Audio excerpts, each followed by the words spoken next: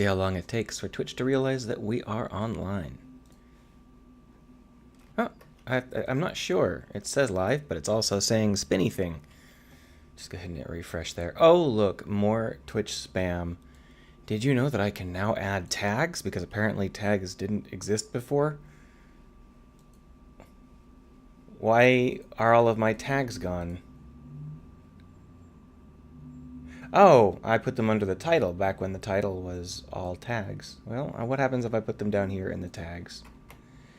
Oh, so the tags are like, I can't type whatever I want. I've got to use mandated tabs, Twitch mandated tabs, which means that I have to search through a giant list of bullshit, I guess. Well, game development is a tag, so, well, maybe I can just...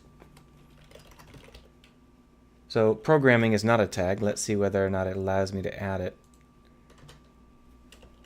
Okay, so programming cannot be added as a tag because nobody on Twitch knows how to program and has ever done programming. So it looks like you can only add like tags that are specifically Twitch allowed, which is kind of interesting choice on their part to make absolutely sure that you can't do something that is not part of their standard business model, I guess. Anyway, Twitch still says I'm offline, even though it says it's live. So I guess introducing tags thoroughly damaged their ability to actually monitor my stream health. Well, whatever. I'll go tell the world that we're online and stop being grumpy about it. Streaming spaceship stuff. Gonna make cruise work. Indie dev.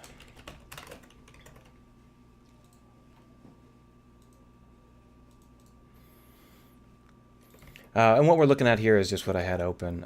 This is that's not anything. That's Mystery Science Theater, which is something, but it's not really what I want to try and stream. There we are. All right, so we are back at this system where we're designing ships and making ships. And I've made a couple of ships. So here are the first 3 ships I made. And these ships, this one's not ready yet. It's not textured or anything. But the basic idea is that these ships are all tutorial ships, and they have really easy to get along with modular parts. So basically the ship chassis is all of the complicated ship systems, like the rockets and the warp drive and all of that stuff. And then you're allowed to add crew elements. And so here on the far left, you can see a cargo ship, and it's basically just a lump of engines with a giant stack of cargo in front. And you basically, if you are going to go through a tutorial, it would be a matter of how do you connect all the cargo bays and the engines and make sure that, you know, crew can live there. And it's really quite an easy task. This one here, the skiff, is much easier because it's only got 3 halls and they're all in the same spot. So you can just stick a hallway there and you're done. And all you've got to do is put a crew cabin in. So you can see why these are intended to be starter ships. Here you can see how they look in Unity. I'm not going to use the tortoise today because it is not done. I'm also not going to use the albatross, but I might as well show it to you. Yoink. Just slot it into the right spot and make sure everything's lined up properly. There we are. And then when I hit play, you'll be able to see a basic idea of how a player might set up their ship. Ooh, it's taken a long time. There we are. So here you can see the sort of thing that you might do as an early player. And basically all you really need is a long set of halls to connect all these cargo bays. And not all the cargo bays are reacting properly. In fact, it looks like none of them are. I might have an off by 1 meter bug here, because all of those should be... Oh, the cargo bay doors don't exist yet. That's right. I never actually initialized the cargo bay doors. These should be doors that hook up to the cargo bay, but I never put them in because I was just testing it and not bothering. So here you can see some stuff that you don't need. Get rid of that. Here you can see back, this is like the main area where you've got the sleeping quarters and the ops room and the airlock and stuff like that. And you can see how it hooks up to the engine room doors back here. So that's the kind of tutorial thing you're going to see. And what we're going to do right now is we are going to make a skiff class ship, which is this one. This is actually called the skiff B. The skiff A is dead. I got rid of it. So we actually need to rename the skiff B to skiff A before we start, or else we'll have trouble later on. So let's go back into our menu here. Here's the skiff B. And the skiff A is just these. It's actually not even the same thing. We're just going to drop it in with a Control J. There we go. And that should be fine. Yep. And then we'll name this the skiff. And it's just the training skiff, so there's no need to be too careful about it. Grind, grind, grind. Oh no, where'd it go? It's right here. Right, so we move that. Alt-G does not work in Unity.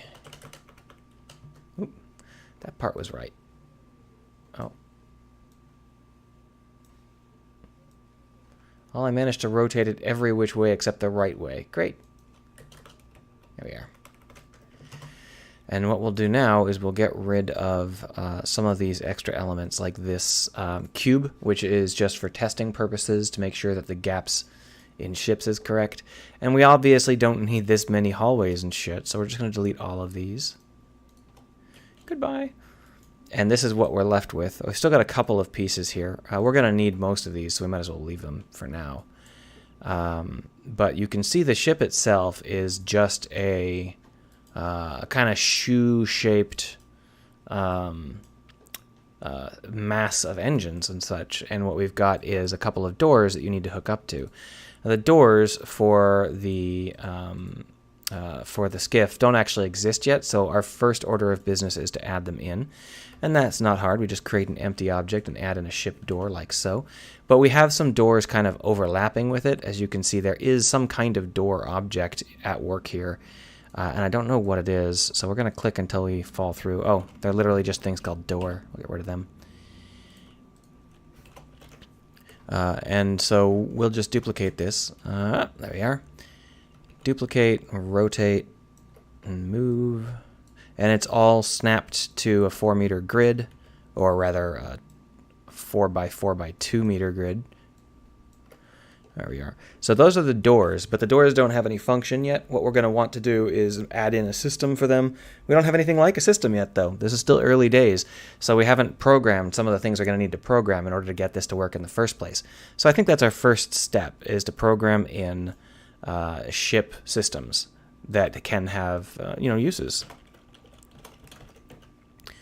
So here's a ship system, and we'll just drop them in on these doors. We'll rename the doors so that they match the ship system. We'll call this engine door, and we'll drop the ship system in. And then over here, door 1 and door 2, those are both, I believe, solar doors. Yeah, those are solar.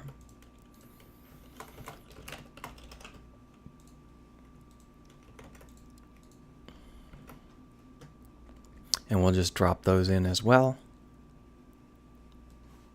There we go. And so now we've got 3 ship systems, but the ship systems don't actually exist. So what we need to do is sort of create them. And there's a lot of things at play here. One of the things we're going to want to do is create a noticeable visual on our gizmo layer. So void onDraw gizmos. And we're just going to go ahead and draw a circle, or a sphere. So gizmos.color equals color.yellow. And then we'll say gizmos.draw wire sphere.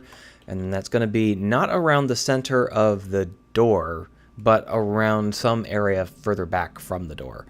So like transform.position plus transform.forward, or minus transform.forward times 10, comma 10. Something like that. And that should give us just a quick little visual to demonstrate that these elements do in fact exist. See? So these are obviously just quick rough estimates, but you can see how small this ship really is, because these circles have a 10-meter radius and it's dwarfing the ship.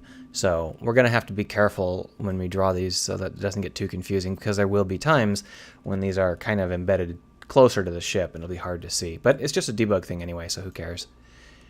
So now what we need to do is come up with a method of having these systems do things and having them have tasks for crew members to do. We don't have any concept of tasks, and we don't have any concept of time, and we need those two things. So we're going to go ahead and create a universe. Universe! And we're going to drop this universe just on the main camera for now. And the universe is going to be responsible for time passing. So for that, we're going to want to have an event.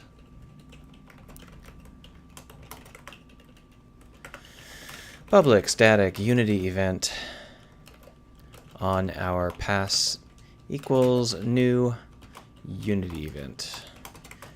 And we have to put in the initialization here because it's a static variable, and I see that people make this mistake all the time. If it's static, Unity does not initialize it for you. But we also need to keep track of what time it is, so public float time. I don't really know the best way to do this at the moment. I don't really care. All I need it for it to be is something that functions not too badly.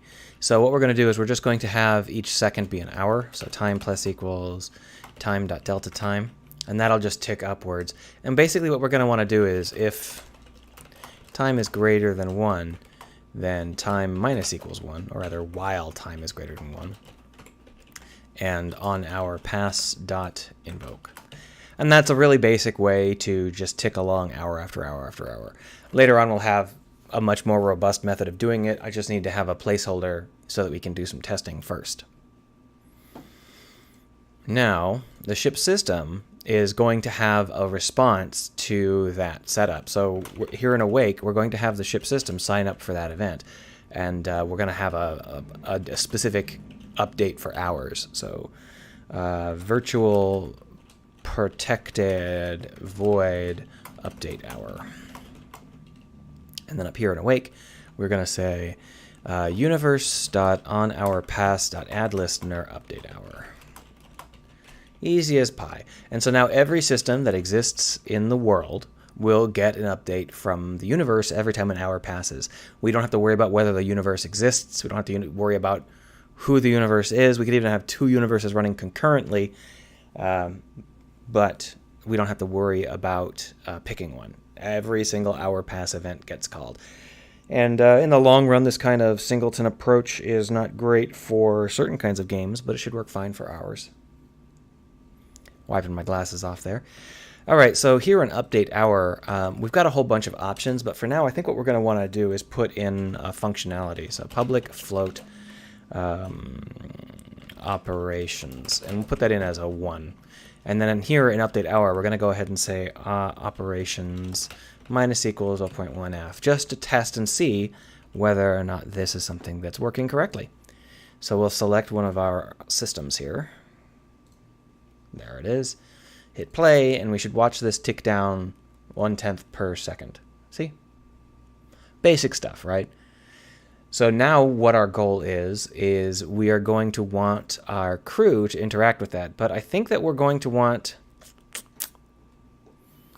So there's a lot of ways to handle this. One of the things we're going to want is a job system where the crews are assigned tasks that take a specific amount of time and have a specific mapping to the physical space of the ship.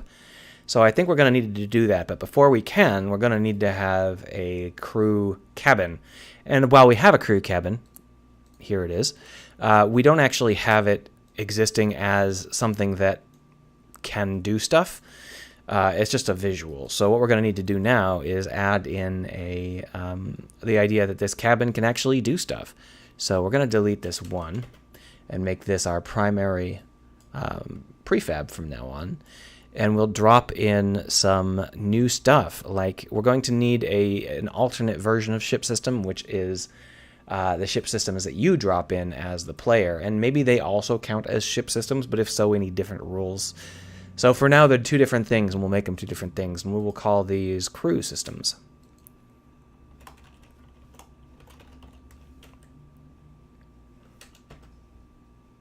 And the crew system is just a system that you put in because you're building the crew. And it should involve everything, but we're going to need to descend from that specifically for this, so we're going to go ahead. Do we want to descend from it, or do we want another kind of module for it. Well, we need to descend from it anyway, even if we're going to have a different kind of module for it, because when you are looking for every single ship's crew system, we don't want to look for 18 different classes. So we're going to want to have the crew system of cabins, crew quarters. But this is going to start to get annoying to keep track of, so we're going to go ahead and create a new folder, which we will call crew systems. And we're going to drop these into the crew system folder before we open them up and begin to edit them. And the reason for that is because that way we can put them in their own namespace and it won't feel weird when we're searching for them. So namespace crew. When you're creating a namespace, be careful not to name it the same thing as a class, because that way it's really annoying to try and actually use. So, you know, and then here, namespace crew. And we'll descend from crew system here. So the basic idea is that the crew quarters are going to be responsible for sending out people. And to that effect, to that end, they're going to have to get that on hourly command. And every hour, they're going to reallocate their crew members.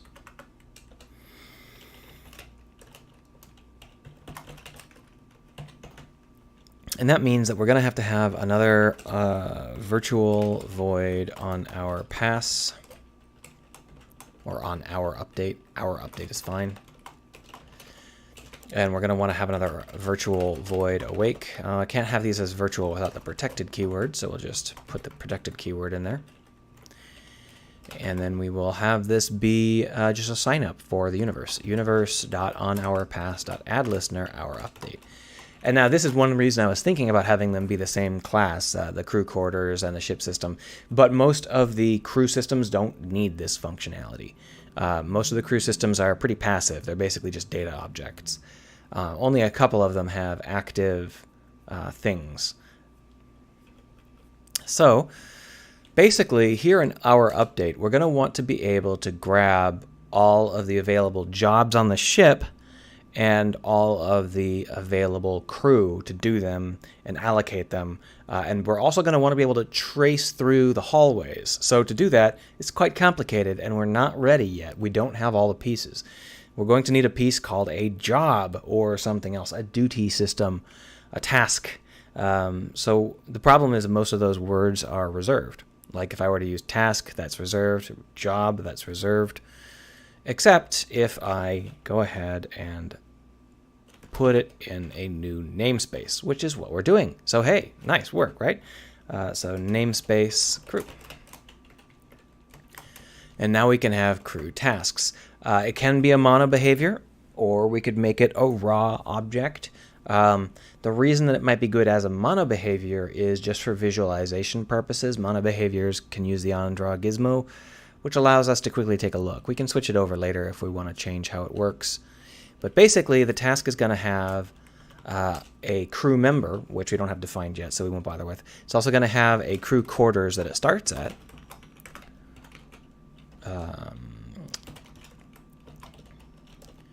And it's going to have a target game object or system. I think we're going to have to make it a game object, or even just a transform. No, this is something where it's going to have to be, we're going to have a job target system.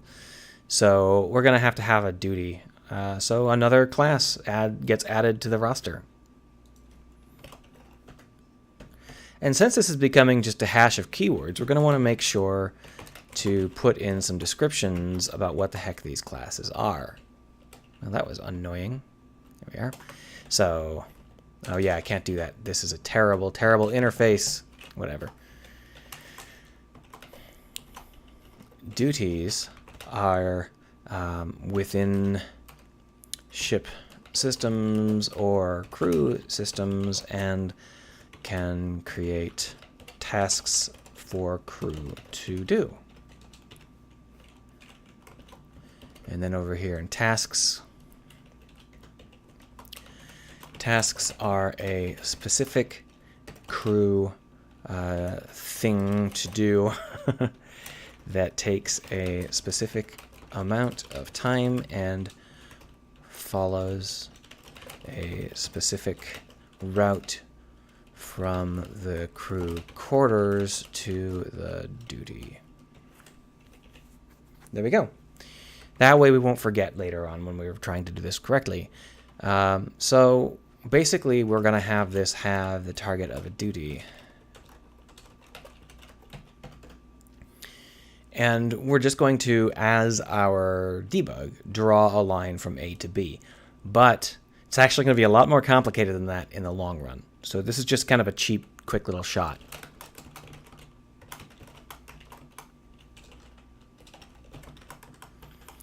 Gizmos.color equals color.red, and then we're going to go ahead and gizmos.draw a line from the start position to the duty position. And that'll just give us a quick little glimpse as to what's going on when we're trying to get this to work. So we're going to pop on over here. Grind, grind, grind, and all right. So none of them exists yet. We're going to need to make one exist. So we're going to just add a quick little element here, which we're going to call task test. We'll add ourselves a task.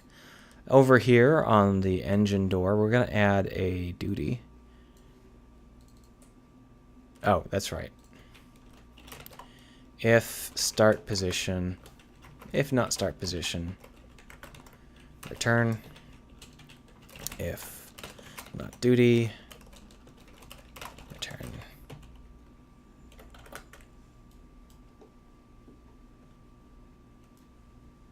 So now we've got a duty. I think that the duty, we should probably add in just a quick little description for the sake of our sanity.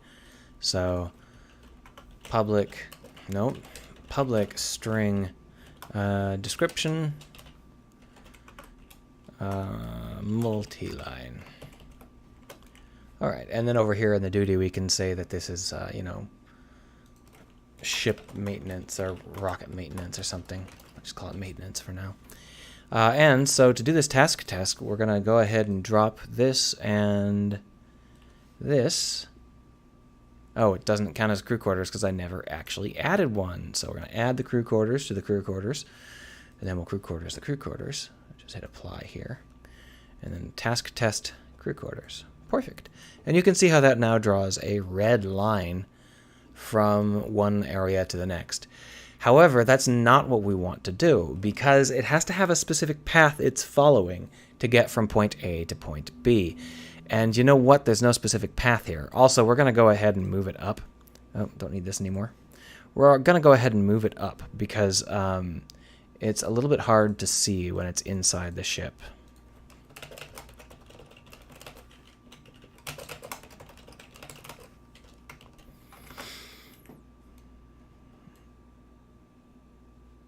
That's a little bit better. Red lines are not the best possible thing here. Let's just take this ship system. No, that's a crew system. That's a ship system. We're going to make this yellow, something a bit dimmer. Equals new color 110.3F.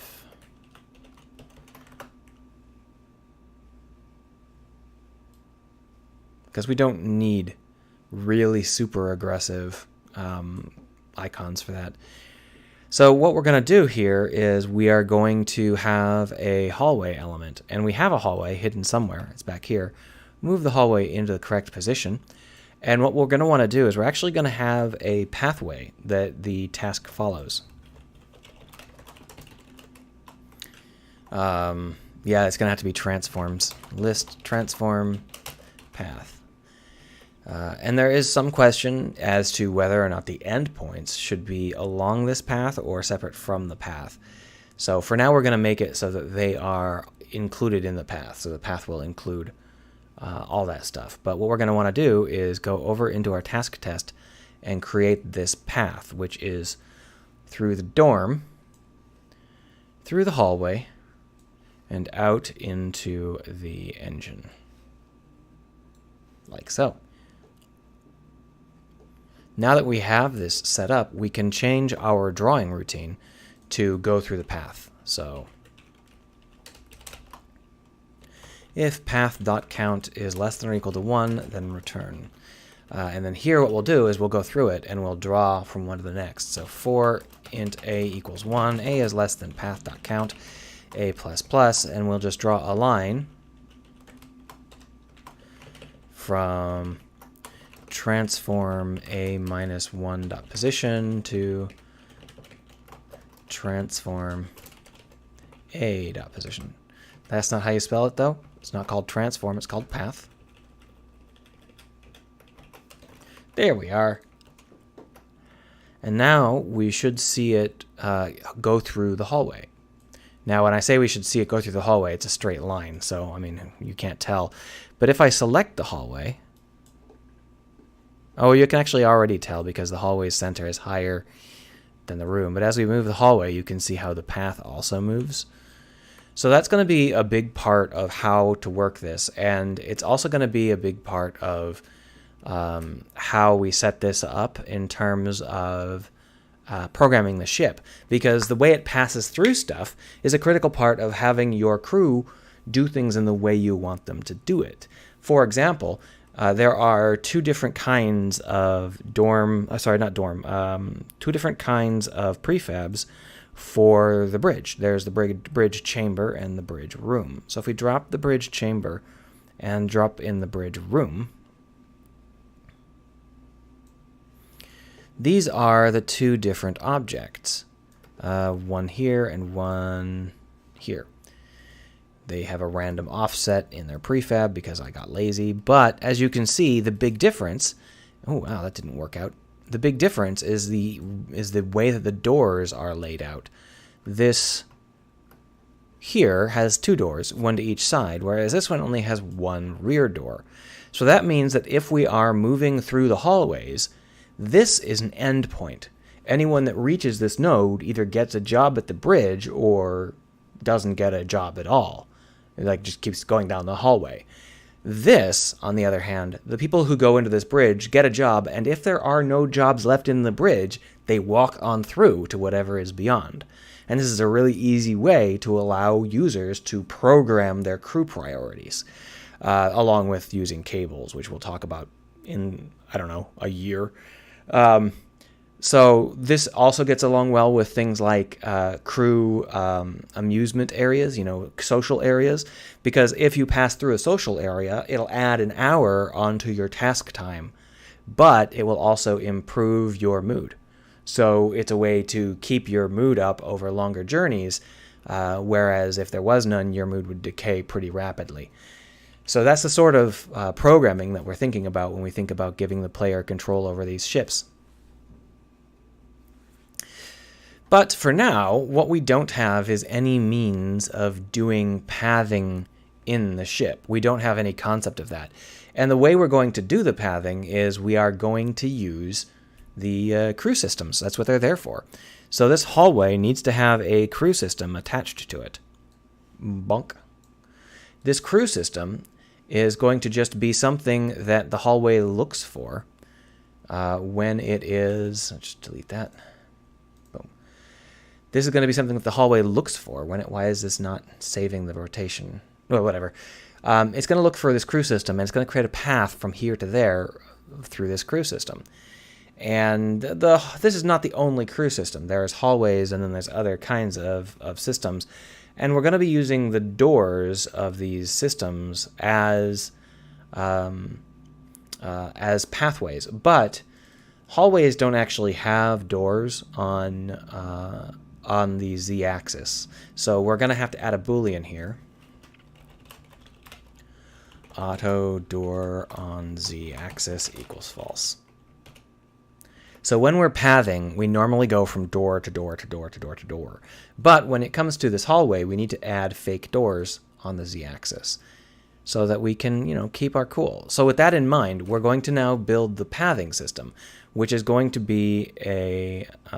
clear this out here. No, that's not clearing. There. The pathing system is going to just be a quick little search that goes through all of the possible paths and finds it. It's basically an A-star approach. We'll probably do it. There's not really any reason to do it too carefully, but we're going to make it a static value here on the crew system thing. So public static, and what we're going to look for is a path, which is going to be an array of transforms, or a list of transforms. Find path.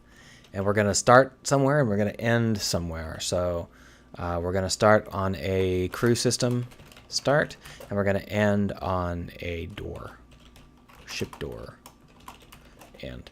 Now the reason that we want to have, you know what, this is actually something where we can just go literally door to door, now that I'm thinking about it. There we are. So these ship doors are going to be how we move through the various places. And the reason that I was a little hesitant is because if I do it like this, then no crew cabin can have more than one door. But that's actually a fine constraint. The crew cabins are the endpoints of this system. They're the leaf nodes, so it makes sense if they only have one exit. So if we're going to try and find a path, we're going to need to have a transform list for the path.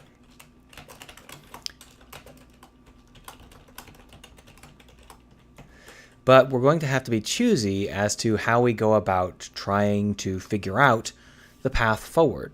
Now, if we're going to do a true A-star approach, we're going to need to do a whole bunch of fitness tests and stuff, but I don't think any ship is going to be big enough to worry about that. If it is, we can come back and do it later. So what we're going to do is we're simply going to take a depth-first approach where we get every door possible, and well, I guess it's very close to the A-star approach. It's just an undirected A-star.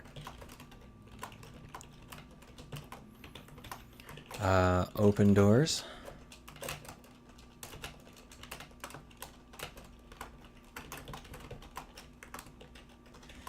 And then list ship door, closed doors. My fingers are not working great. There we are. And basically all we're going to do is we're going to go through and we're going to find the best path we can while adding all the doors we find into our path. Now, in order to do this, we have to be able to find the other half of any given door. And what you normally do to do that is you use the ship door. Let's close some of this stuff here.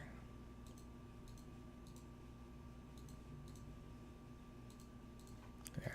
You normally use this ship door position here, but previously we've used the ship map to connect ship doors.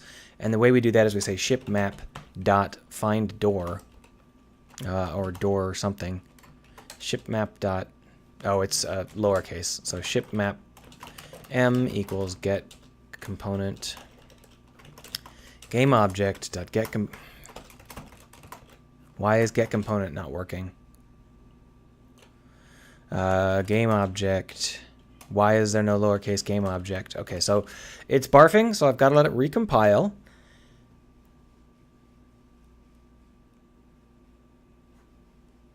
And then it complains about the fact that I didn't finish coding. Yeah, no shit. Ship map m equals get component. What's going on here?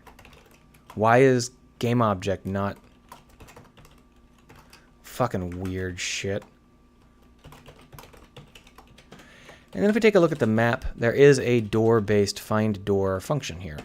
And when we pass something here, we can pass a value, like transform.position, and then we can pass it a transform to ignore, like, say, this one. And that'll get the door that we're linked to. So in that way, we can find where the current door we're looking at goes. So for that, we're going to want to have a function where we return all of the doors in a crew system. Public list ship door all doors. It can even be get. And then we'll just go through and we'll find them all. So right now it's a list. It's actually going to return an array.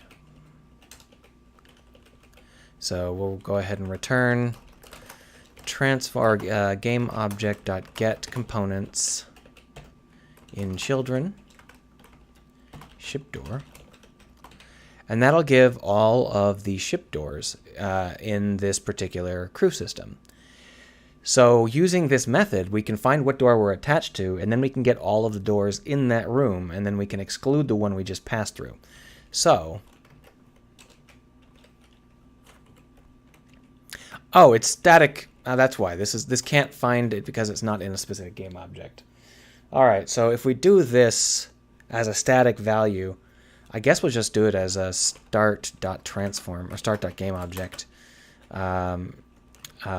Dot. It's actually get component in parent. There we are.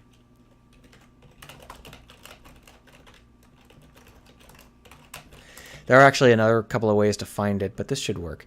And then here you can see we're trying to find it a door that's based around any given position, but we don't have an active door. So what we're going to do is we're going to create an active door, and we're going to look through it, and we're going to figure out what we're trying to do.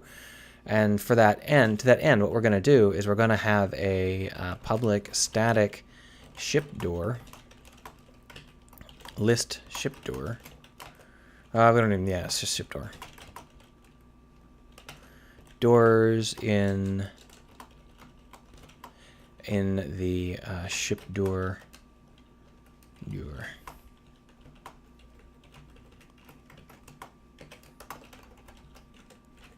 And then what we'll do is we'll just return. We don't have to do this. What am I doing? Okay, sorry, I'm trying to think about the best way to do this, and I'm thinking about how to split it up, and I'm going too fast for my own brain here. And it's also getting very dark. Give me a moment. Turn on some lights. It gets dark early these days.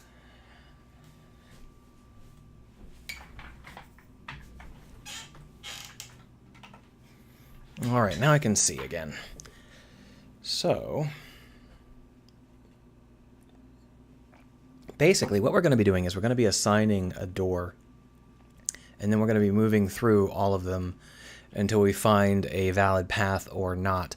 And normally you can avoid recursion, but I don't think there's a reason to avoid recursion. So what we're going to do is we're going to go ahead and create a recursive function to find if there is a path. But if I do that, then I've got to have it.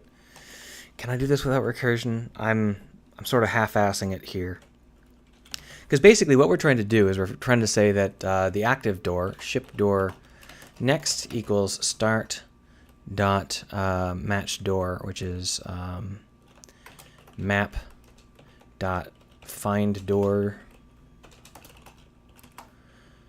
start dot transform dot position, and then start dot transform, and that gets us the door it's connected to. And if that door exists, then what we want to do is add it to the closed door,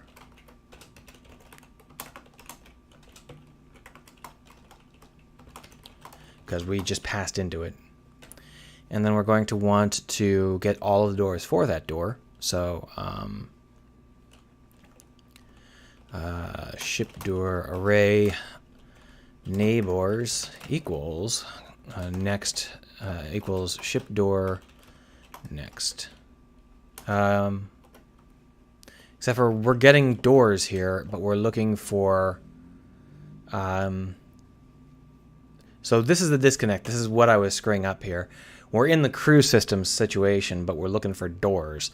And when we try and get all the doors, we're getting all the doors in a crew system, but we're not actually looking for crew systems. So crew system next system equals next.getComponent in parent crew system. If next system, then what we're going to do is we're going to find a whole bunch more doors.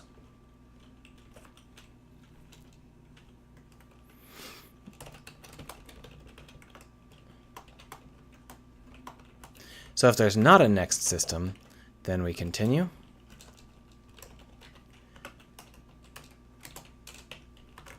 To do, check. Oh, check if ship door is end. So if next equals end, then return path. To do, actually make path. This is a little bit complicated. Normally I would try and just diagram this because I don't remember how to do it off the top of my head. But basically, if there is a next system, then what we're going to want to do is, there's no continue right now because there's no loop here. So we're just going to go ahead and have a while true.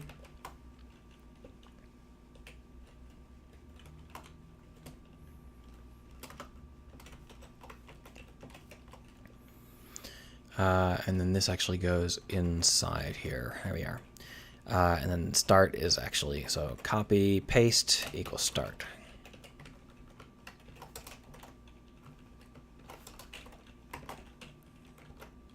There we are. So once we get a list of all of the neighbors, we add them except for the ones that are already in the used category. For each ship door, or possible door in neighbors, if closed doors dot contains possible door,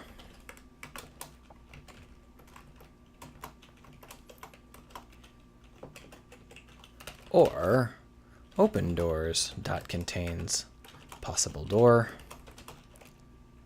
continue. Otherwise, add it to open doors.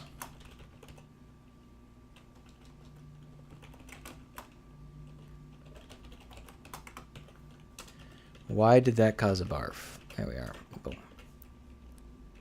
So basically what happens is we take a look at the door we're currently looking at. We find what's on the other side of that door, which is what we do here.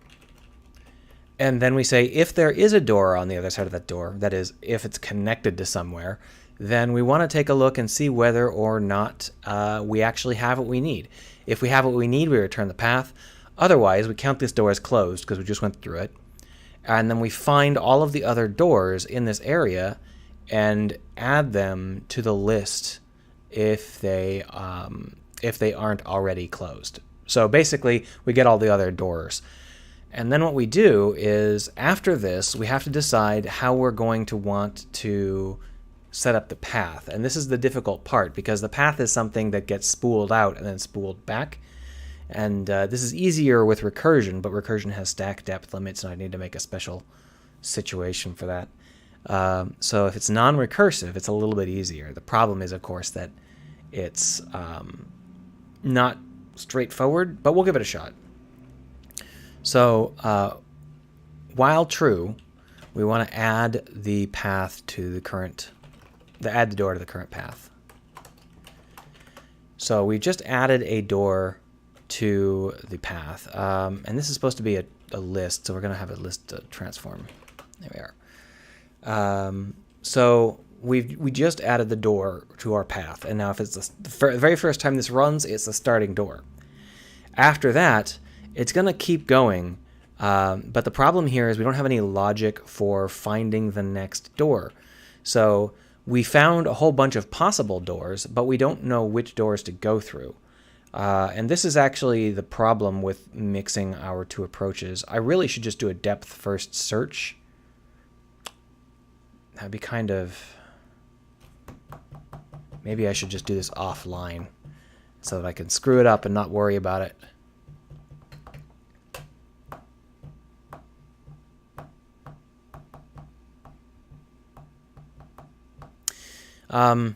So there's a lot of ways to do this, and the problem for me is trying to do it without accidentally hitting a recursion limit. For now, I can't even do this with just doors because I'm creating fake doors for the hallways. So the path does have to be this, but these possible doors that return aren't going to work. This whole thing is not going to work. God damn it. I just wasted all your time. Sorry about that. So what we really need to do here is return a path. We're just going to go ahead and say path.add start and path.add end. I guess I should call it stop.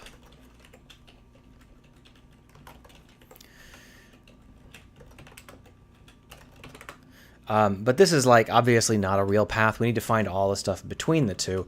But the problem is that in order to do this, I need a much more aggressive sort of search than I'm currently using, because I'm not even using bays. I'm not even using airlocks. So things that, in addition to just being door to door, there's also being able to go from any airlock to any airlock, but it takes a long time, and also going from through hallways that don't have specific doors, but just are hallways. So because of that, I can't simply walk through doors. I've got to create a path that is substantially more fluid. And that's not quite as easy to do. I may just program in something more aggressive. Let me just go ahead and refresh my memory about the A-star algorithm. Let's see if Google actually, yeah, okay, it actually understands I meant A-star and not random crap.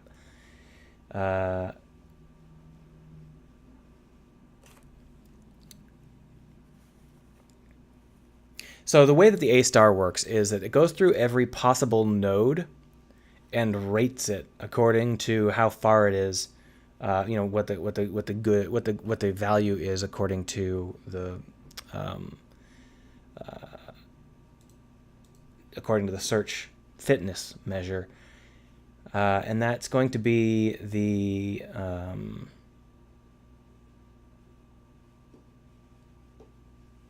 problem with that is that it requires having an approach where the methods of getting from A to B are understood.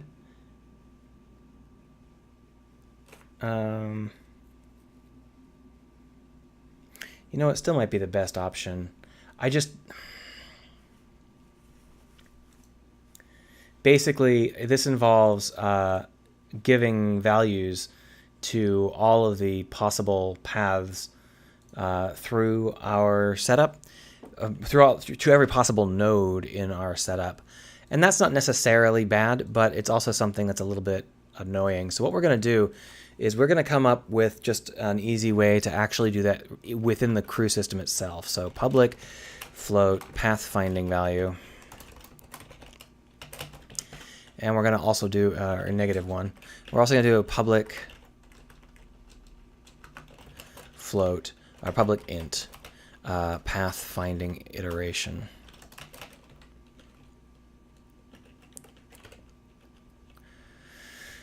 And then what we're going to do is we are going to get the cost. So this is going to be an underscore, or no, it doesn't have to be. And we're going to go ahead and public float pathfinding value int iteration. So basically what we're going to do is we're going to store it right here in the crew system, because while I can't go from door to door, I can go from crew system to crew system, which was the whole reason I made crew systems. It just passed out of my mind and I didn't remember that's why I did it. So basically we're going to try and find the connection between two crew systems, and the way we're going to do that is by having a value. So public float value between crew system target. And basically we're going to be trying to find the path that we can take, the cost of these paths. The problem is that there's no easy way to do this unless the path is a neighbor. So if the two crew systems aren't connected, that's going to be a little bit difficult. So let's go ahead and come up with a few ways that these can be connected. Did I delete the doors? I deleted the doors because I'm an idiot. Great. So let's reprogram in the doors.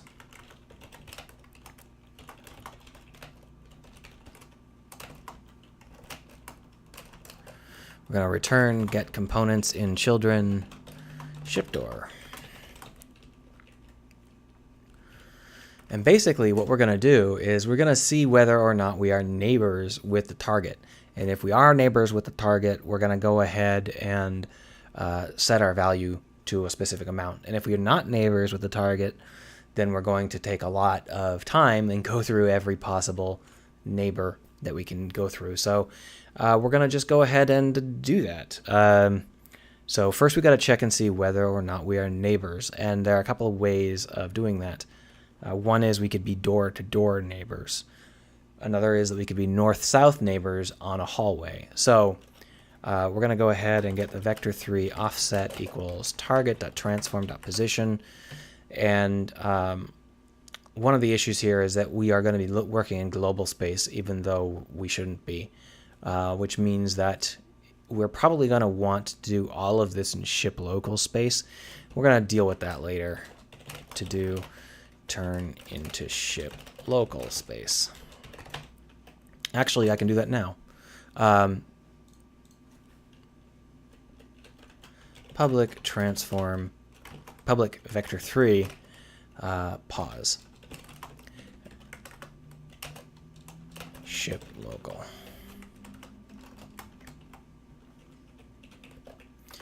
And what we're going to do is we're going to get our transform position, but we're going to put it into the ship's coordinate system. So return get component in parent ship map dot transform dot inverse transform point, or is it transform point? I can't remember. Yeah, inverse transform point transform dot position. There we go. And that way we'll know where we are in ship local space. And so now that we've done that, we can simply say target.pause minus pause. And that'll give us a ship local distortion. And now if this distortion has a z-axis, but now that I think about it, I'm not actually sure if it's a ship-wide z-axis or a ship-wide y-axis. It might be a ship-wide y-axis. We'll have to check. To do. Is this y or z?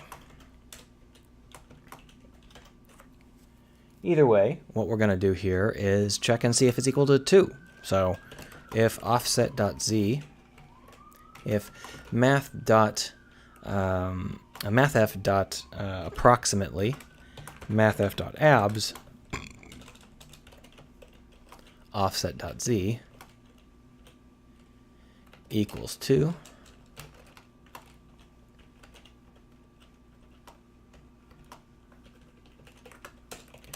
might be a hallway to hallway connection. But you know what? The hallways themselves, shouldn't we store the connections? That makes a lot more sense. Let's go ahead and store the connections. Public list crew system neighbors.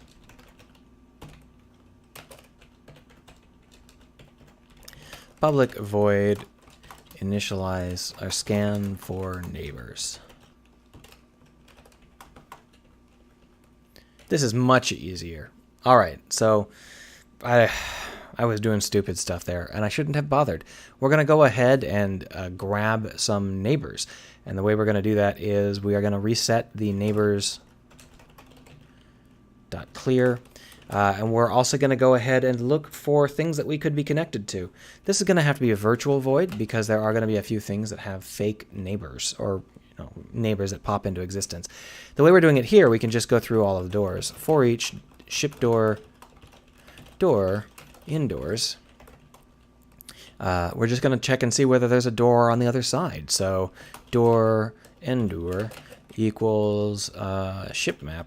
But I don't believe we get the ship map, so we're going to have that be a thing. So public ship map public ship map.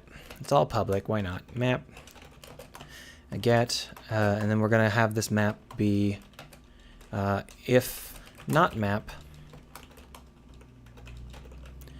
then map equals get component in parent ship map. Return map. This should probably not be. It's probably protected. Not a big deal. And so what we're going to do here is we're going to grab the map, and we're going to find the door, and the door is going to be at transform.position. Now this is important. We can't use a standard position here because that's a ship local position, and this actually does not work with a ship local setup. So we're going to actually note that this does not use local position, local to ship position, ship door. So this will find any door we're connected to, and if we are connected to it, if endor, then we're going to want to add it to our crew system if the neighbors if they exist. Crew system equals endor.get component in parent crew system. If CS, then neighbors.add CS. There we go. This will get all of our neighbors. But this does not get all of the hallway's neighbors. And the hallway is going to have special code to find neighbors. And I think we're going to do that rather than this auto door on z-axis bullshit. We're going to just have the hall be a descendant of crew system that actually understands how to find different neighbors. So down here, when we're in value between, we're going to need to do a search through the graph that we've already created. But in order to do that, we're going to have to be able to reset this system. And for that end, what we're going to do is public static int current pathfinding iteration equals 0. We're going to go ahead and say if this is different than the local version, redo neighbor finding. So here in neighbors, we're actually going to do this in two ways. Public list crew system neighbors get if pathfinding iteration equals, actually should that just be, yeah, current pathfinding iteration, then return neighbors. Otherwise, scan for neighbors, return neighbors.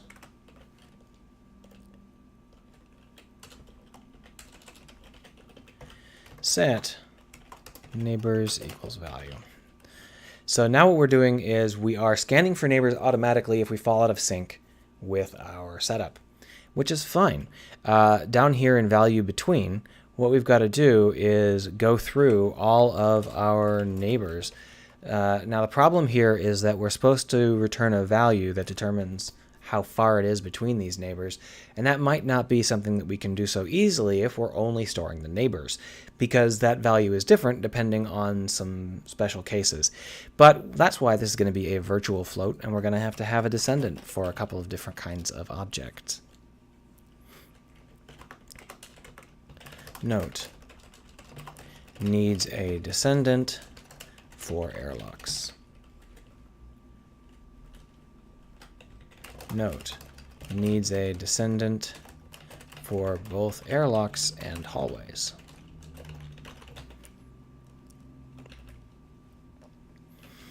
So value between, we're going to just go ahead and just check and see whether or not it's one of our neighbors. So if neighbors.contains target,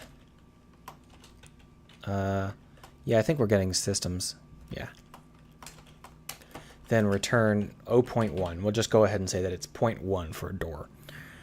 And otherwise, we're going to want to find what that path is by going through all of our neighbors and asking them. This is not an A-star search. This is a breadth-first search. It's not very efficient. Or actually, I guess it's a depth-first search. It's not very efficient, but it's efficient enough for our needs, I think. So, depth-first search. For each crew system in neighbors, float len equals system dot value between target. If len is greater than 0, return len. Oh, well, actually, we want to find the best, don't we? So crew system best equals null. Float best len equals -1. If len is greater than 0, then it's valid. So what we'll do is we'll say if len is less than or equal to 0, then continue. No connection. Otherwise, we'll check and see whether or not it's better than what we've got. If not best or len is less than best len.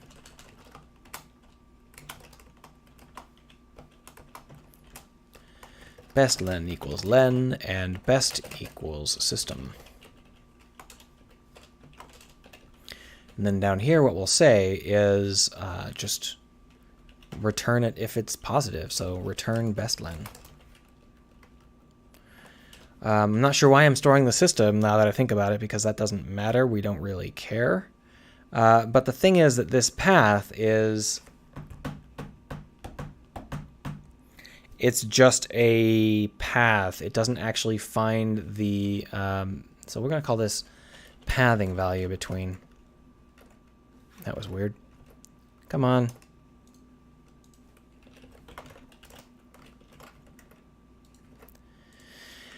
It doesn't actually find the path that we're trying to take. It just finds an approach.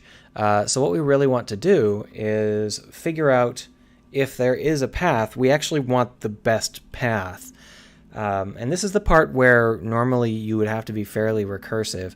But what we can do is we can have this return more than just a float. It can return a best path and a float. So what we might do is have an out list crew system. But this list is one that will come out, so a path here. Go ahead and just call this pathing between. We've taken out the value pretty much. So basically, we're going to need to have a path value here. So path equals new list crew system. And that needs to be there because it's an out rather than a ref. We could do it with a ref, but that would be a little bit more complicated because we'd be overriding it all the time. An out is just a little bit more useful for us. So when we get down here, what we're going to want to do is path. So passing it like this means that what we'll end up with is when we get back a value, we're also going to get back the path that the value takes. We're going to need two paths. We're going to need a local and a descendant path. So we're actually going to want a second path value here. List crew system subpath equals new. Well, I don't even need to be there anymore. There we go. So we're going to actually pass out the subpath here. And the reason for that is simply because as we go through, we're going to want to find the best path and save that one path and not continually overwrite it. And so down here, we're going to go ahead and say path equals subpath. But the problem with that, well, I guess it's fine. I think it's fine. I'm a little bit concerned as to whether or not that will end up making path. Can I copy subpath? Can I just make a copy? I can copy it to an array. So I'm a little bit worried. I don't really know if out will end up overwriting the path variable the next time I pass subpath out, and I think it might. So we're going to go ahead and just copy it.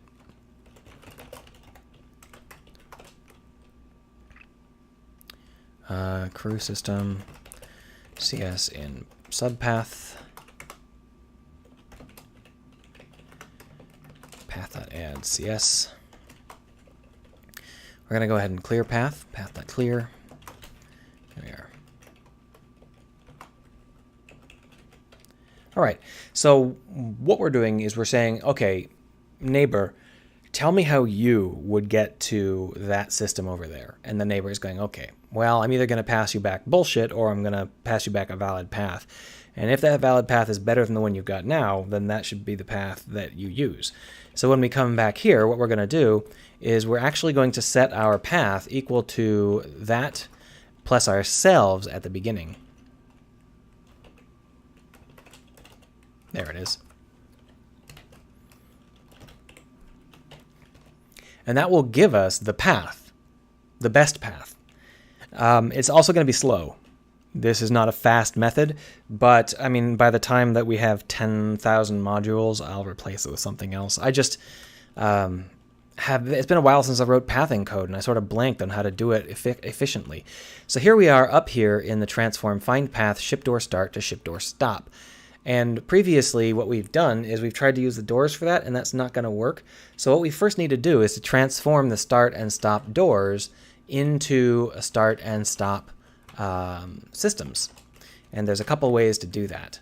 So this path also is not what I'd like, because it doesn't tell you how long it takes. So even though I tell you to find a path, I don't have a path object. So public struct suggested path, or walking path. And we're just going to go ahead and have a public list transform path, and we're also going to have a public float duration. And then down here what we'll do is we'll create that. So I guess I should make this a class instead.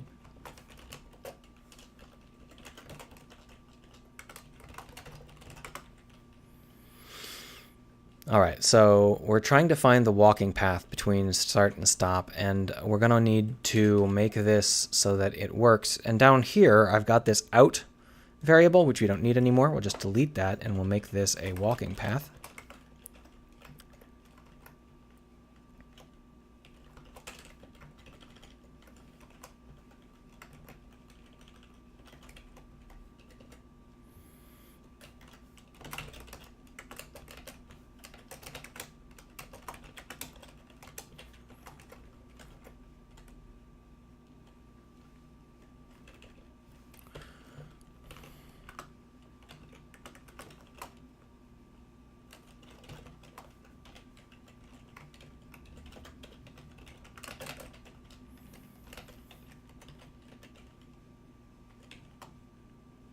You know what? I don't want to complicate this. I've made it so that it works, and I'll be replacing it eventually, so there's no reason for us to complicate it.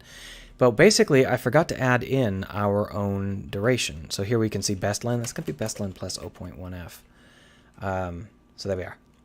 So that should work. And then up here, when we're getting the path, we're going to want to just grab it. So we'll make it. So walking path equals new walking path. And what we'll do is we'll go ahead and set up that list, but we're going to need to get it as a set of ship systems. So crew system CSO equals start.get component in parent crew system.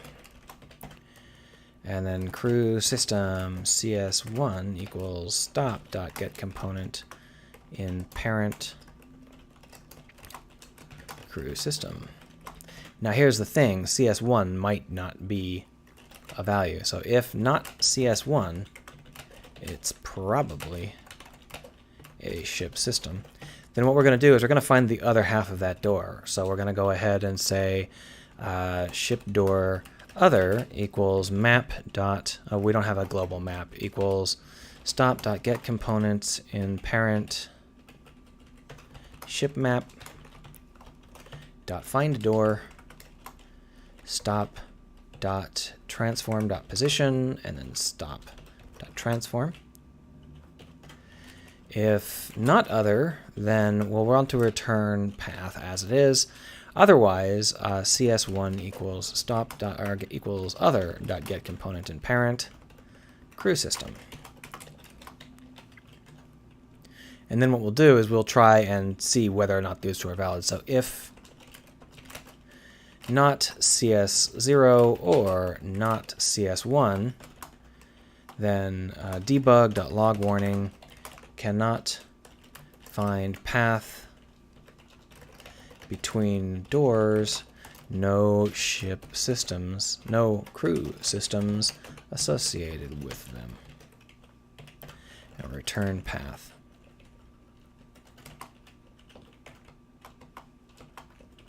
Debug. Log warning, no connection to, and then stop.name.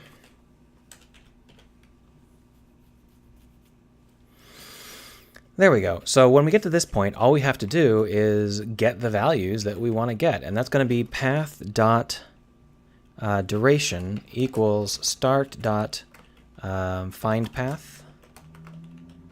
Is find path, did I name it to find path twice? Pathing between. So start.pathing between. And then we're going to go ahead and pass it. Oh, it's not start, it's CS0. My bad. CS1 out path dot path. There we go.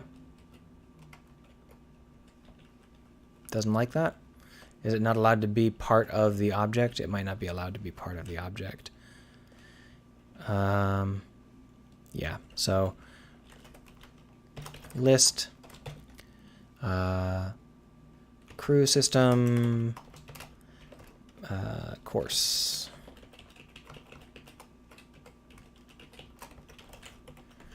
Path dot path equals course.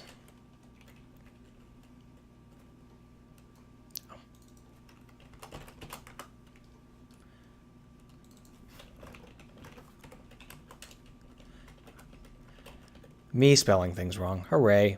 All right, so there we go. We've got our pathing between, and that should all work. I've been going on for a decade about this now, and for some reason I've got the most viewers I've ever had. They're very quiet viewers, but I guess everybody loves hearing me talk about trying to get pathing to work. So what we're going to need to do now is set this up so that we can actually test it. And the way we're going to do that is we're going to force it to be testable. And we're just going to take this crew system and we're going to add in a debug value and a debug function. So public crew system or public ship system debug target.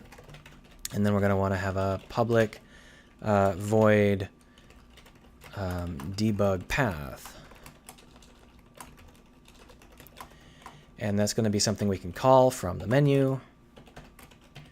Creo says, haha, yeah.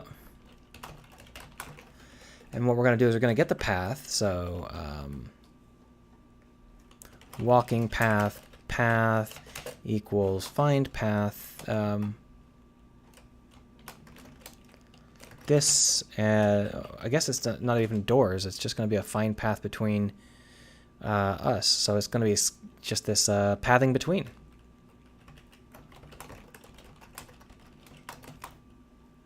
And this is going to have to be a crew system.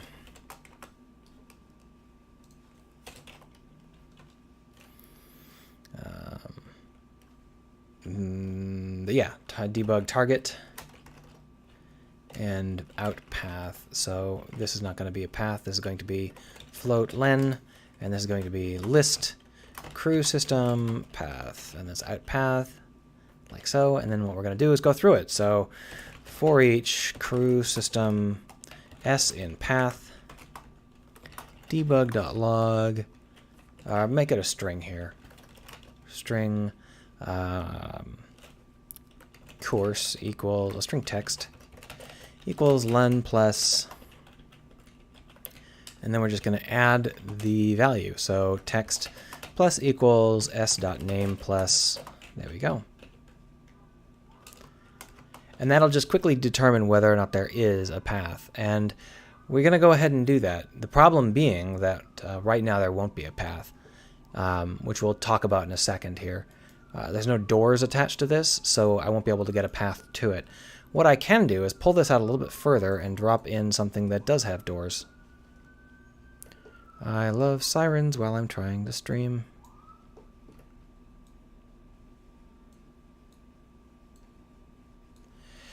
So the only problem with this is that right now, neither of these actually has a existence in the ship. The ship itself isn't set up.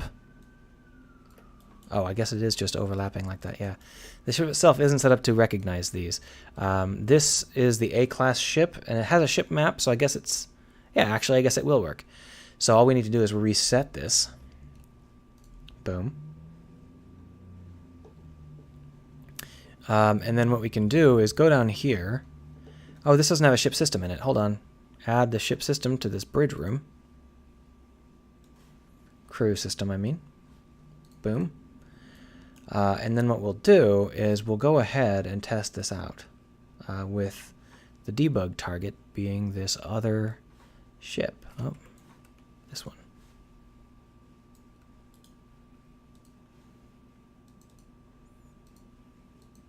Well, I didn't crash it, but it didn't say anything. That's kind of interesting. It should have said something, right? Oh.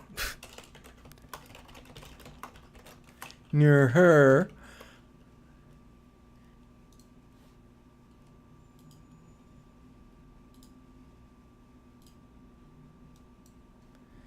There we go. And you can see how it's going through the dorm integrated small room to get there. It's not including itself. It's not including the end of the object. And the reason for that is because normally the end wouldn't be a crew system. The end would be a ship system. And that might be a special case that we have to deal with at some point. But for now, let's go ahead and add in this other bridge.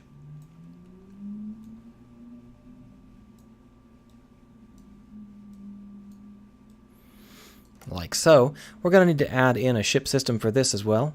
A crew system, that is. And now what should happen is I should be able to get the full path between the two, rather than just the one element that'll have two elements. Nope. Negative 0.9 actually means it can't be reached, but that's correct. They shouldn't both be negative 0.9 though, now that I'm thinking about it. This should work.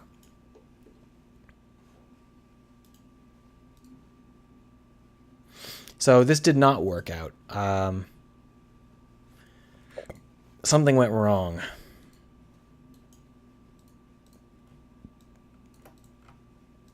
My guess is that these doors actually aren't lined up properly, but they seem to be. Let's go ahead and have it talk to itself a lot more so that we can figure out what's going on.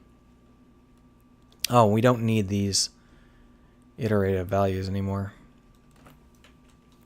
That's for A star, and I don't need to do A star.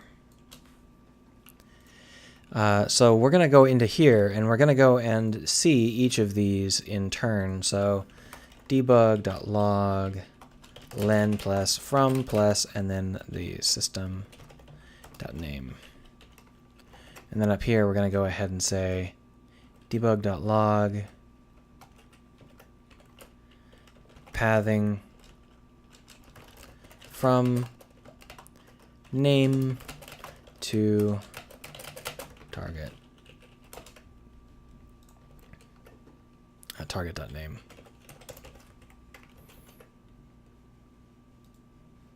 Grind.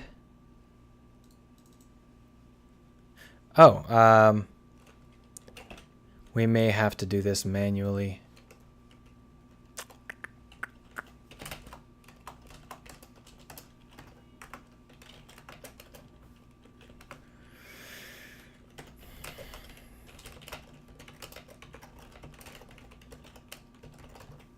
For now, we're going to go ahead and just scan for neighbors every single time for testing purposes. Later on, we'll integrate that a little bit better. There we are. So when we take a look at the crew critters, we hit the debug here. It says pathing from dorm integrated to S bridge room small, stack overflow.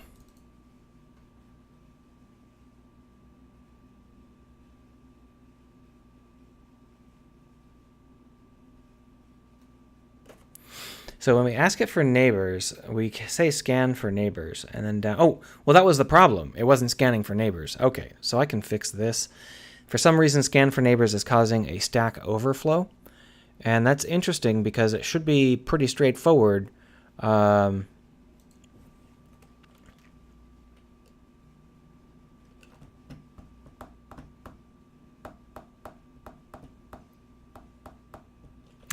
here's the problem.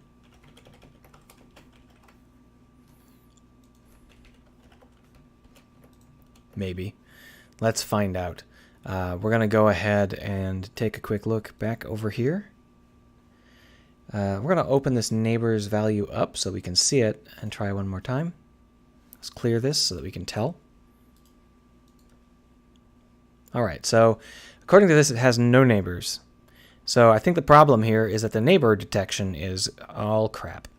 So we've got our doors. Let's go ahead and take a look. Debug.log name plus looking for neighbors with, and then doors.count, doors.length, doors. Debug.log found neighbor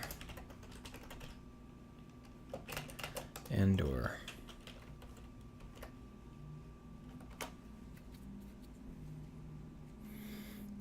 Grind, and debug. Found neighbor, and then it's empty.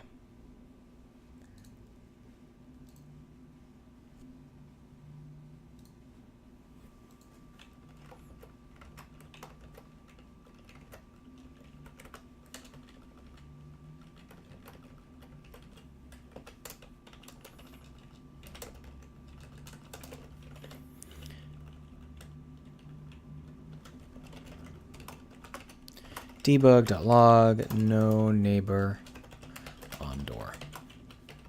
All right, so now that we have covered all of the bases, let's see if we can get this thing to friggin' work. Enough with the pathfinding. No neighbor on door. Okay, so right now the problem is that the main ship is not detecting that door as being connected. These two elements should be connected, but for some reason they aren't counting. And I think that's because of an offset.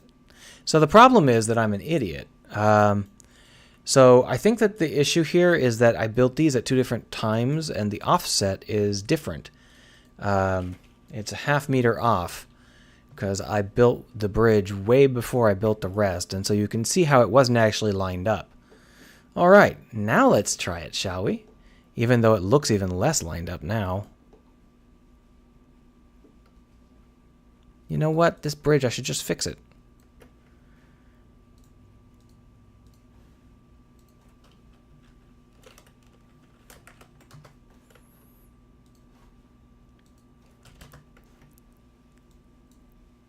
There. Now it's fixed. Hooray. All right. So let's go ahead and try that one more time here. So it still says no neighbor on door. Let's see. I don't think I have to reset this. I'll give it a shot.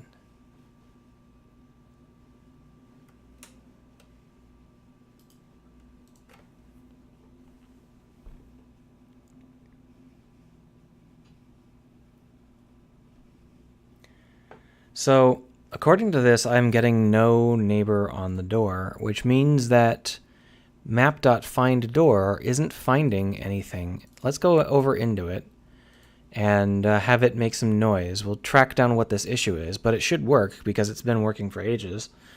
So, we're going through all of the doors, and we are checking to see whether or not it's not ignored. So, debug.log. I guess we'll put it after here. Checking door.name versus ignore.name.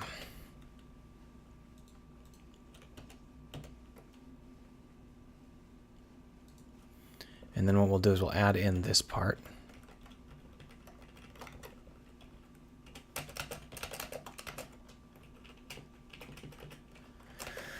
All right, let's take a look.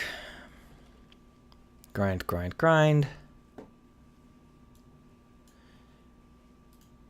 And clear. Debug path. All right, so here we have a bunch of doors. We're checking the engine door, the solar door, Those are correctly wrong. Here's the dorm integrated small door versus... This is the dorm integrated small. Oh, of course, it's checking door. I actually can't tell. So we're going to need to make sure that the door actually says what the heck's up. So checking transform.parent.name. Because otherwise I can't tell what's going on with those doors named door, right? That doesn't help me much.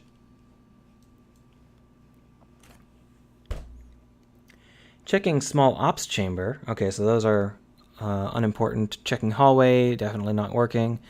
Checking bridge chamber small. That's not in the right spot. Checking bridge room small. 1. So it thinks that 10 Chaos 1 is talking about his mouse, which he attempted to overclock and broke. So it thinks that the distance between these two is 1 meter.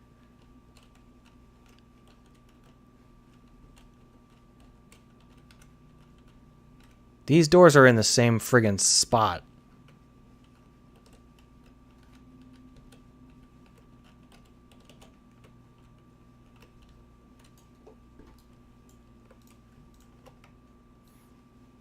Let's move the whole thing and see whether or not that number changes.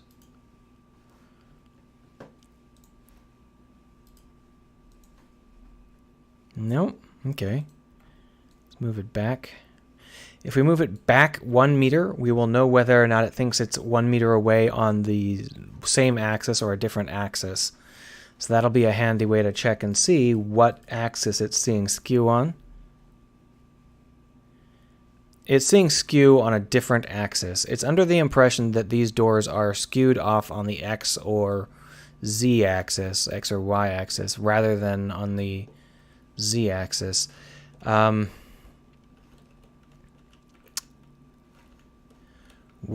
I mean, the door is right friggin' here. You can see it for yourself. It's not a meter away. It's right on top of it. Let's go ahead and print out the positions of those doors, I guess.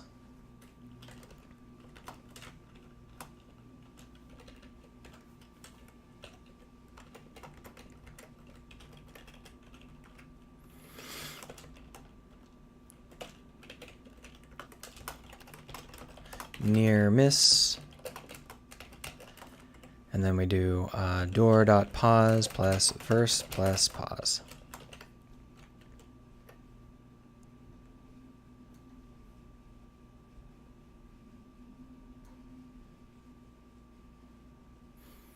Door.pos should still be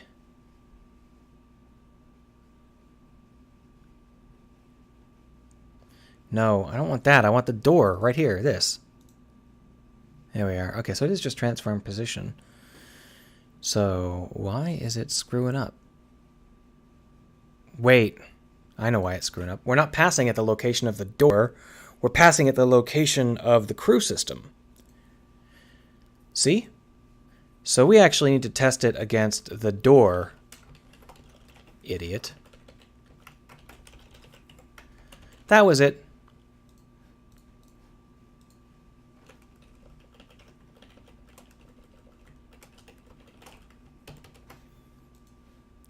Now, let this grind for a bit.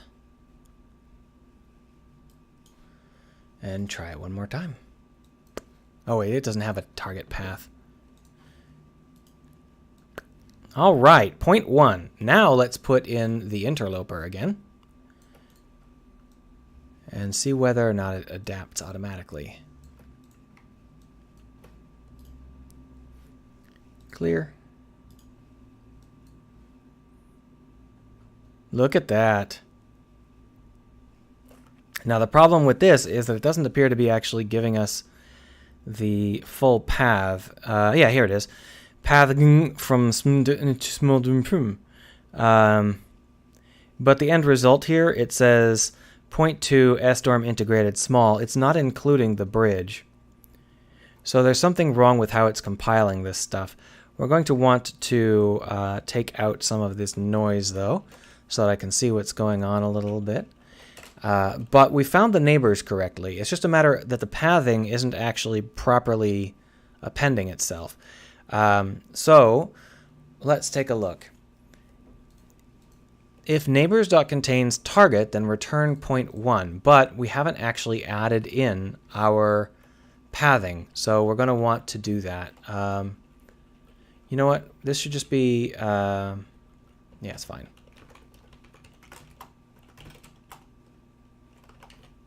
That should solve it.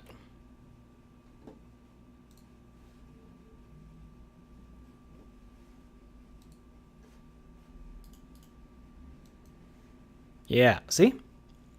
So it goes through each of the rooms and then it ends in the final room. Now the next step is to make hallways work. Now the reason hallways don't work is because they don't have doors on the long axis. And I could put doors on the long axis, but that would make for a lot of extra checks. And And it's not very hard to make a custom crew system that doesn't have any problem with that. So we're going to go ahead and create a, well, if we do that, the crew quarters currently count as a crew system, and that's probably not what I would like. I'll figure it out later. I'll probably change the crew quarters to not actually descend from crew system. So this is going to be a crew system hallway. How do we want to call this? Nav hallway. Similarly, we should probably rename the crew system to a nav system or pathing system. Yeah, something like that. So if we go ahead and rename the symbol to crew path element or crew node, crew walking path, walk. Call it just a path element. So the only problem with that is that it didn't rename the file, so we'll do that ourselves, path element. And it obviously has some issues where we have to hit save in a couple of these in order for it to actually catch. But this is actually mono behavior. We don't want it to descend from that anymore. This is deleted from desk. Yes, so this is a ship door, the ship map. It's all good. Let's go down into our new nav hallway, which we're not going to use anymore. We're going to delete it. And we're going to instead call it a path hallway. We could always call it a hallway element or something, but it's better if they have the similar alphanumeric sorting. Tincast one is talking about his broken mouse. Poor mouse. And this is called a path element. No. Namespace crew.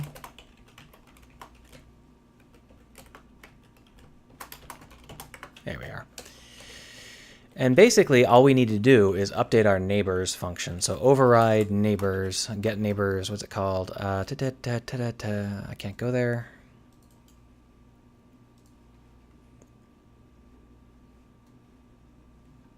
Scan for neighbors. Unfortunately, this is not a very good setup and it doesn't understand how to find that stuff. So I'll just have to override it here. So first we're going to call the base. That will set up neighbors with the doors. Then what we're going to need to do is find if there are neighbors on our vertical axis, on our z-axis. Now to do that, there are a couple of options, and I think that the easiest option might be to grab the adaptive element. So adaptive ship architecture ASA equals get component adaptive ship architecture. Now the reason that I want to do that is because this actually has the ability to determine what is on the ends of the object. And we actually already have that coded. It's just a matter of surfacing it. So we're going to go over into here and we're going to take a quick little look. If we take a look down in here, you can see that it says find hallway offset. That's for finding hallways that are to the left or the right. And that's going to be used if we need to find doors that are offset vertically. So we're going to need that. But we're also going to need to find this matching hallway here. So we're going to need to surface a couple of values. And so public list adaptive ship, no, public list transform maybe? I think they're always going to be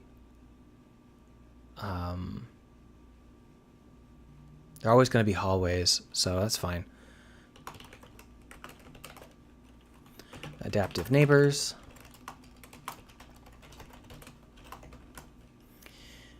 List adaptive ship architecture neighbors equals new list adaptive ship architecture, and then return neighbors. And basically what we're looking for is neighbors that are off to the side. And then here you can see this is the sort of functionality we're going to be using. So we're going to want to grab this system here, but basically we're going to be searching for hallway at a specific spot. So we'll just go through all of the halls here. So grab this, put it down here. For each adaptive ship architecture hall in halls, if hall equals this, then continue. If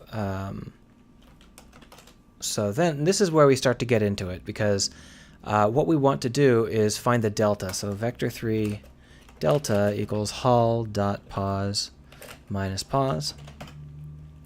And then the problem here is that we may later on have halls of different sizes. Mifaz says, I notice you switched to VS Code. Yay. I didn't have much of an option, and I'm not very pleased with VS Code. It's not awful, but it does a lot of things very poorly. For example, I'd like to comment this function. Oh, look, it doesn't do any auto-commenting. Great. So, where was I? I was here trying to find the deltas. So we are trying to find these neighbor hallways here. And basically, we've been running with the assumption that we'll always be using 4-meter hallways. That's not necessarily true, but I think that we're going to just go with it for now. Later on, we'll come back and fix it. To do, this assumes a 4-meter hallway with 2-meter decks. So what we're going to do is we're just going to quickly look and see whether or not there are halls in any of our cardinal directions. So if hall.pos.x minus pos.x, so if delta.x, if mathf dot approximately mathf.abs delta.x comma 4. So if we are offset by 4 or 4 in a different direction,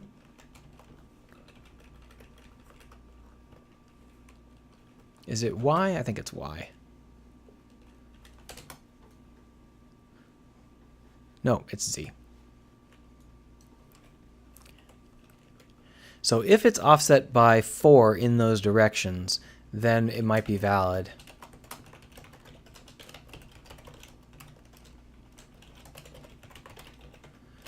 If delta.x does not equal 0, or is not approximately 0,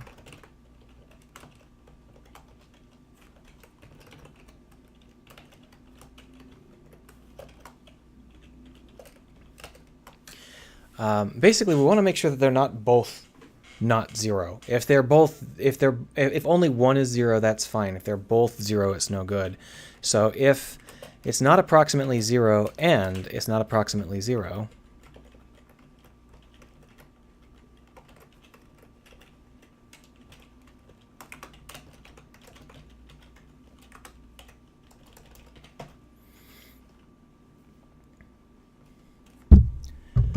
he suggests that I get Kevin Kang's auto comment block plugin, which I'll look into later, but I'll make sure to go and open that so that it can work.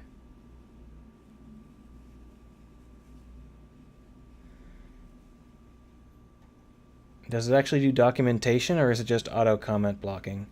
Because the whole point is that there is a format that you use to comment functions, and it's a standardized format. And I don't see it in his...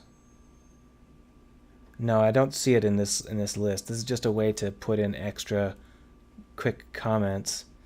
There's no actual documentation help. It's just comment help, which isn't good enough. Unless I've misunderstood. So, you know what? Instead of doing this, what I can do is I can say vector3 flat delta equals hall equals delta, and then I can say flat delta dot y equals 0. But there are actually lots of better things to do. So let's go ahead and leave this to do comment in there. So what we're going to do is we're going to say if math.f abs delta.y is greater than 2, then continue. And then the flat delta is flattened, and we say if mathf.abs, no, we just take the delta. So flat delta dot magnitude is greater than 4, then continue.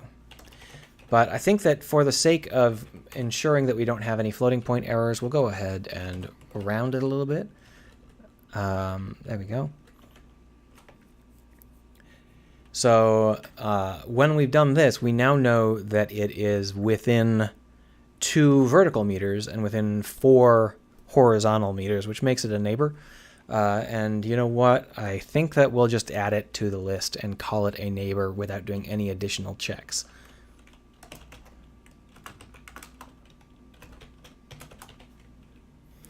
There we go. We now have a list of neighbors that are hallways. And then here, what we're going to do is we're going to get that list. So list adaptive ship architecture neighbors equals asa.neighbors. And then we'll just do a for each adaptive ship architecture n in neighbors. And we're going to find the pathing for that. So path element e equals n.getComponent e, our path element.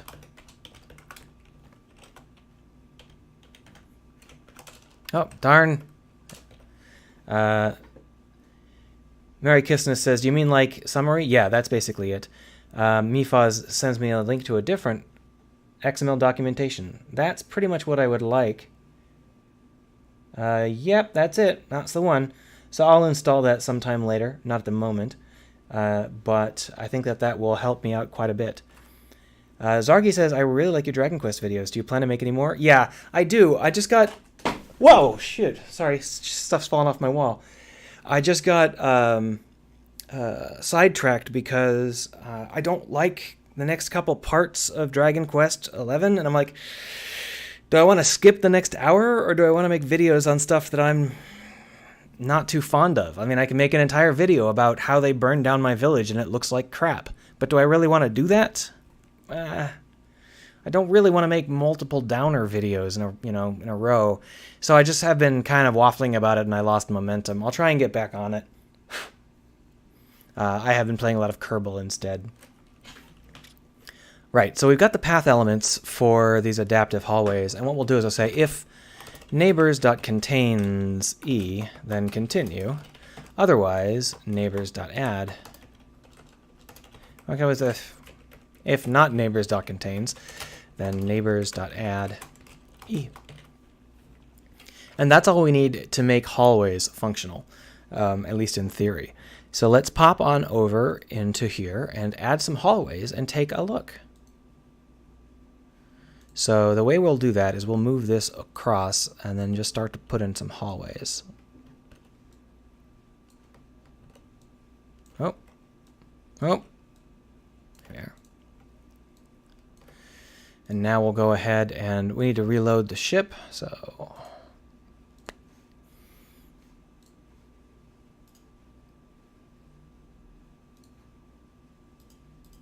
oh, the crew quarters is no longer a path. So hold on, I've got to put the new crew quarters path element here. And give it the same debug target as before, which is the room. The chamber? No, the room.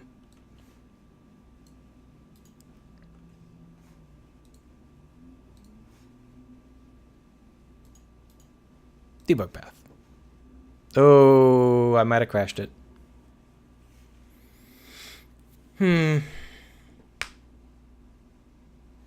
Yeah, that's a crash. All right. Well, I'm afraid that due to the new way that Unity Crash works and OBS works, I can't actually break out of this infinite loop without completely screwing over the screen view. For some reason, the Control-Alt-Delete pop-up crashes OBS's streaming. So this is the end of the stream, which is fine. I went on for 2 hours today, which is far more than usual. Next week, this will be fixed. On Saturday, I will have fixed this. And I will see you then. Have a good time. I'll listen to chat for the next 5 minutes or so, and see you on Saturday.